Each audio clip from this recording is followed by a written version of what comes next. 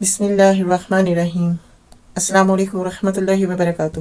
امید ہے آپ سب خیر عافیت سے ہوں گے انشاءاللہ۔ لاسٹ ویڈیو میں نے سورہ یونس کا نام، مقام نزول اور زمانہ نزول اور موضوع اور مباحث، یہ ٹاپک تھا پورا، یعنی کہ سورۃ یونس سٹارٹ کرنے سے پہلے آپ کو اس کے بارے میں سارا بتا دیا تھا، ٹھیک ہے۔ اور امید ہے کہ آپ اس کو ضرور دیکھ لیں گے انشاءاللہ۔ کچھ لوگوں نے دیکھا ہے ابھی، تو انشاءاللہ آپ لوگ اس کو دیکھیں گے، سن لیں گے جب پوری یہ ویڈیو جو میری لاسٹ ویڈیو ہے، تو اس میں آپ کو سارا ڈیٹیل بھی پتہ چل جائے گی کہ کیا ٹاپک ہے سورۃ یونس میں، ٹھیک ہے۔ سورہ یونس مکی ہے اور آیات اس کی 19 ہے اور رکوع 10 ہے۔ اعوذ باللہ من الشیطان الرجیم، بسم اللہ الرحمن الرحیم۔ الف لام را تلک آیات الکتاب الحکیم اکان للناس عجابا ان اوحینا الی رجل منہم ان انذر الناس وبشر الذین آمنوا ان لهم قدم صدق عند ربهم قال الکافرون ان ھذا لساحر مبین۔ الف لام را، یہ اس کتاب کی آیات ہیں جو حکمت و دانش سے لبریز ہے۔ کیا لوگوں کے لیے یہ ایک عجیب بات ہو گئی کہ ہم نے خود انہی میں سے ایک آدمی کو اشارہ کیا کہ غفلت میں پڑے ہوئے لوگوں کو چمکا دیں، اور جو مان لیں ان کو خوشخبری دے دے کہ ان کے لیے ان کے رب کے پاس سچی عزت و سرفرازی ہے۔ کیا یہی وہ بات ہے جس پر منکرین نے کہا کہ یہ شخص تو کھلا جادوگر ہے؟ یہ نبی پاک صلی اللہ علیہ وآلہ وسلم کو کافر کہتے تھے۔ جب یہ سناتے تھے ان کو آیات، تو وہ سمجھتے تھے کوئی شاعری کر رہا ہے اور یہ جادوگر ہے۔ حقیقت یہ ہے کہ تمہارا رب وہی اللہ ہے جس نے آسمانوں اور زمین کو 6 دنوں میں پیدا کیا، پھر تخت حکومت پر جلوہ گر ہوا اور کائنات کا انتظام چلا رہا ہے۔ کیا یہ کہ اس کی اجازت کے بغیر شفاعت کرے، یہی اللہ تمہارا رب ہے، لہٰذا تم اسی کی عبادت کرو، پھر کیا تم ہوش میں نہ آؤ گے؟ اسی کی طرف تم سب کو پلٹ کر جانا ہے، یہ اللہ کا پکا وعدہ ہے۔ بے شک پیدائش کی ابتدا وہی کرتا ہے، پھر وہی دوبارہ پیدا کرے گا، تاکہ جو لوگ ایمان لائے اور جنہوں نے نیک اعمال کیے ان کو پورے انصاف کے ساتھ جزا دے، اور جنہوں نے کفر کا طریقہ اختیار کیا وہ کھولتا ہوا پانی پئیں اور دردناک سزا بھگتیں۔ کوئی شفاعت سفارش کرنے والا نہیں ہے اس انکار حق کی پاداش میں جو وہ کرتے رہے۔ وہی ہے جس نے سورج کو اجالا بنایا اور چاند کو چمک دی، اور چاند کے گھٹنے بڑھنے کی منزلیں ٹھیک ٹھیک مقرر کر دیں تاکہ تم اس سے برسوں اور تاریخوں کے حساب معلوم کرو، یعنی کہ سال کی تاریخوں کے۔ اللہ نے یہ سب کچھ کھیل کے طور پر نہیں بلکہ با مقصد ہی بنایا ہے۔ وہ اپنی نشانیوں کو کھول کھول کر پیش کر رہا ہے ان لوگوں کے لیے جو علم رکھتے ہیں۔ یقیناً رات اور دن کے الٹ پھیر میں اور ہر اس چیز میں جو اللہ نے زمین اور آسمان میں پیدا کی ہے نشانیاں ہیں ان لوگوں کے لیے جو غلط بینی اور غلط روی سے بچنا چاہتے ہیں۔ اللہ تعالیٰ نے کھلی کھلی جو نشانیاں بتائی ہیں، آسمان، چاند، ستارے، انسان، ہر چیز، وہ اللہ تعالیٰ بتا رہے ہیں کہ ان لوگوں کے لیے یہ نشانیاں ہیں جو اس چیز کی نظر رکھتے ہیں، جو یہ پہچانتے ہیں، جو اللہ کو پہچانتے ہیں، وہی اس بات کو سمجھ سکتے ہیں کہ ہمارا رب وہی ہے، وہ ایک اللہ ہی پورے نظام کو چلا رہا ہے، وہی ہے، اس کے علاوہ اور کوئی نہیں ہے۔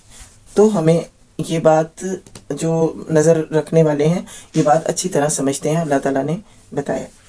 حقیقت یہ ہے کہ جو لوگ ہم سے ملنے کی توقع نہیں رکھتے دنیا کی زندگی ہی پر راضی اور مطمئن ہو گئے ہیں، اور جو لوگ ہماری نشانیوں سے غافل ہیں ان کا آخری ٹھکانہ جہنم ہوگا، ان برائیوں کی پاداش میں جن کا اکتساب وہ اپنے اس غلط عقیدے اور غلط طرز عمل کی وجہ سے کرتے رہے۔ اور یہ بھی حقیقت ہے کہ جو لوگ ایمان لائے، یعنی جنہوں نے ان صداقتوں کو قبول کر لیا جو اس کتاب میں پیش کی گئی ہیں، اور انہیں ان کا رب ان کے ایمان کی وجہ سے سیدھی راہ چلائے گا۔ نعمت بھری جنتوں میں ان کے نیچے نہریں بہیں گی، وہاں ان کی صدا یہ ہوگی کہ پاک ہے تو اے اللہ۔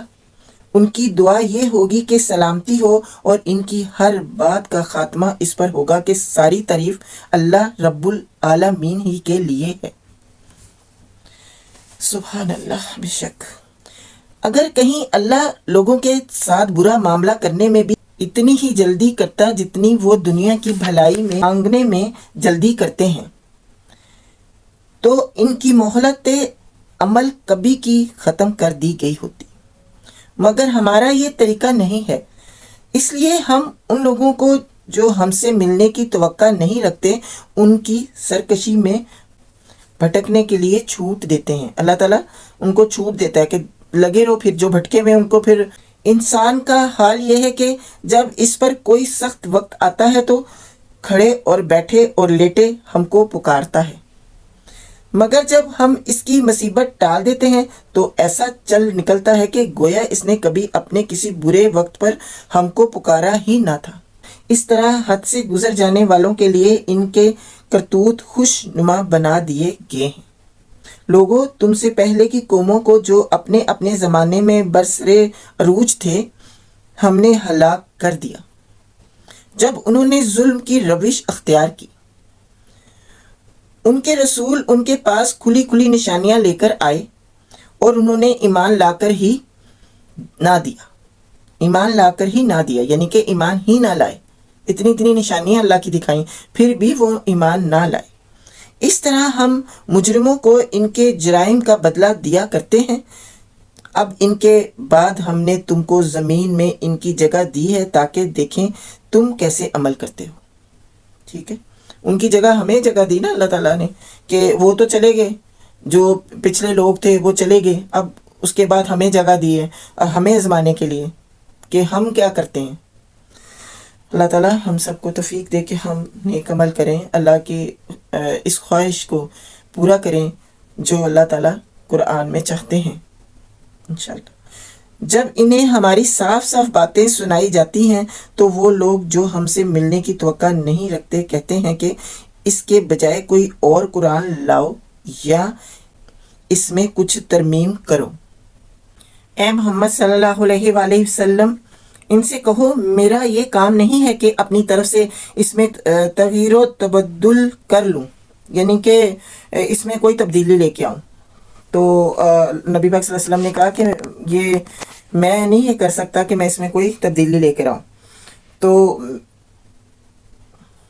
میں تو بس اس وحی کا پیرو ہوں جو میرے پاس بھیجی جاتی ہے۔ اگر میں اپنے رب کی نافرمانی کروں تو مجھے ایک بڑے ہولناک دن کے عذاب کا ڈر ہے۔ اور کہو اگر اللہ کی مشیت یہی ہوتی تو میں یہ قرآن تمہیں کبھی نہ سناتا، اور اللہ تمہیں اس کی خبر تک نہ دیتا، آخر اس سے پہلے میں ایک عمر تمہارے درمیان گزار چکا ہوں، کیا تم عقل سے کام نہیں لیتے؟ پھر اس سے بڑھ کر ظالم اور کون ہوگا جو ایک جھوٹی بات گڑ کر اللہ کی طرف منسوب کرے یا اللہ کی واقعی آیات کو جھوٹا قرار دے، یا اللہ کی واقعی آیات کو جھوٹا قرار دے، یعنی کہ جو ہے اس کو جھوٹا قرار دے۔ یقیناً مجرم کبھی فلاح نہیں پا سکتے، کہ یہ تو مجرم لوگ کر سکتے ہیں تو مجرم کبھی فلاح نہیں پائیں گے۔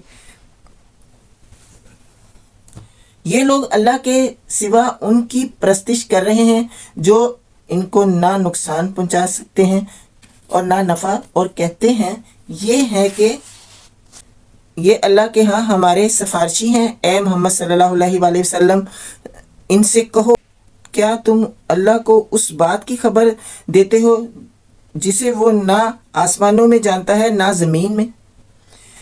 پاک ہے وہ اور بالا و برتر ہے اس شرک سے جو یہ لوگ کرتے ہیں۔ ابتدا سارے انسان ایک ہی امت تھے، بعد میں انہوں نے مختلف عقیدے مسلک بنا لیے، اور اگر تیرے رب کی طرف سے پہلے ہی ایک بات طے نہ کر لی گئی ہوتی تو جس چیز میں وہ باہم اختلاف کر رہے ہیں اس کا فیصلہ کر دیا جاتا۔ اور یہ جو وہ کہتے ہیں کہ اس نبی صلی اللہ علیہ وآلہ وسلم پر اس کے رب کی طرف سے کوئی نشانی کیوں نہ اتاری گئی، تو ان سے کہو غیب کا مالک و مختار تو اللہ ہی ہے۔ اچھا انتظار کرو، میں بھی تمہارے ساتھ انتظار کرتا ہوں۔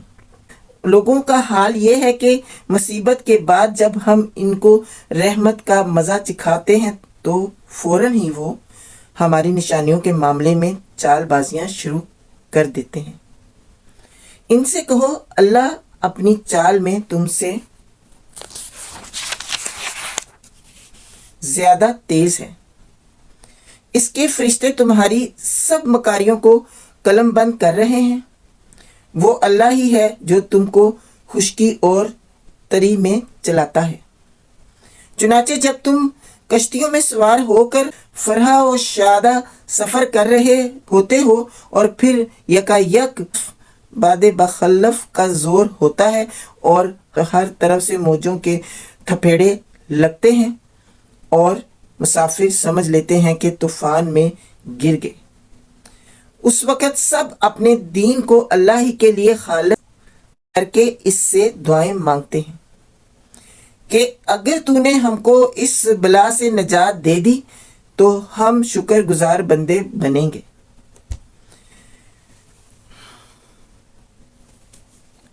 مگر جب وہ ان کو بچا لیتا ہے تو پھر وہی لوگ حق سے منحرف ہو کر زمین میں بغاوت کرنے لگتے ہیں۔ لوگوں تمہاری یہ بغاوت الٹی تمہارے ہی خلاف پڑ رہی ہے۔ دنیا کے چند روزہ مزے ہیں، لوٹ لو، پھر ہماری طرف تمہیں پلٹ کر آنا ہے۔ اس وقت ہم تمہیں بتا دیں گے کہ تم کیا کچھ کرتے رہے ہو۔ اس کی مثال ایسی ہے جیسے آسمان سے ہم نے پانی برسایا تو زمین کی پیداوار جسے آدمی اور جانور سب کھاتے ہیں خوب گھنی ہو گئی۔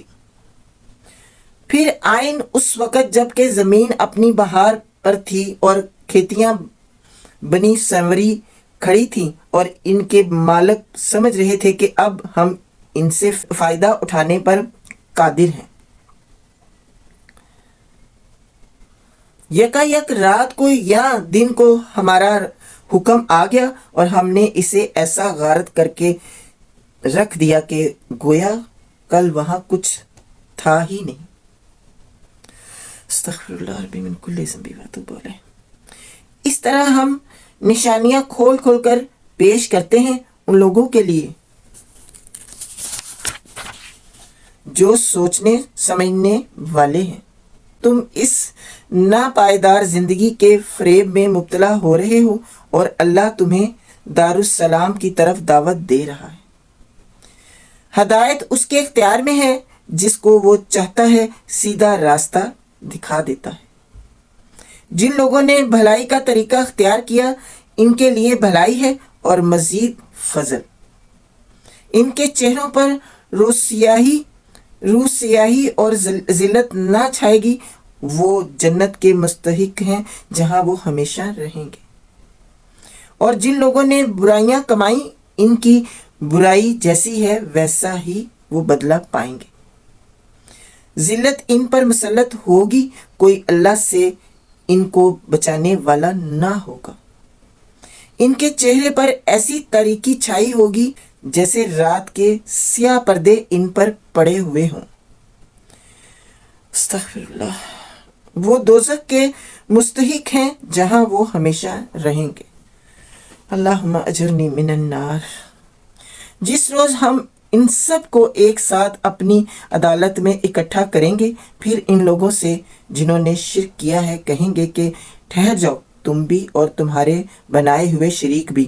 پھر ہم ان کے درمیان سے اجنبیت کا پردہ ہٹا دیں گے اور ان کے شریک کہیں گے کہ تم ہماری عبادت تو نہیں کرتے تھے؟ ہمارے اور تمہارے درمیان اللہ کی گواہی کافی ہے کہ تم اگر ہماری عبادت کرتے بھی تھے تو ہم تمہاری اس عبادت سے بالکل بے خبر تھے۔ اس وقت ہر شخص اپنے کیے کا مزہ چکھ لے گا، سب اپنے حقیقی مالک کی طرف پھیر دیے جائیں گے اور وہ سارے جھوٹ جو انہوں نے گھڑ رکھے تھے گم ہو جائیں گے۔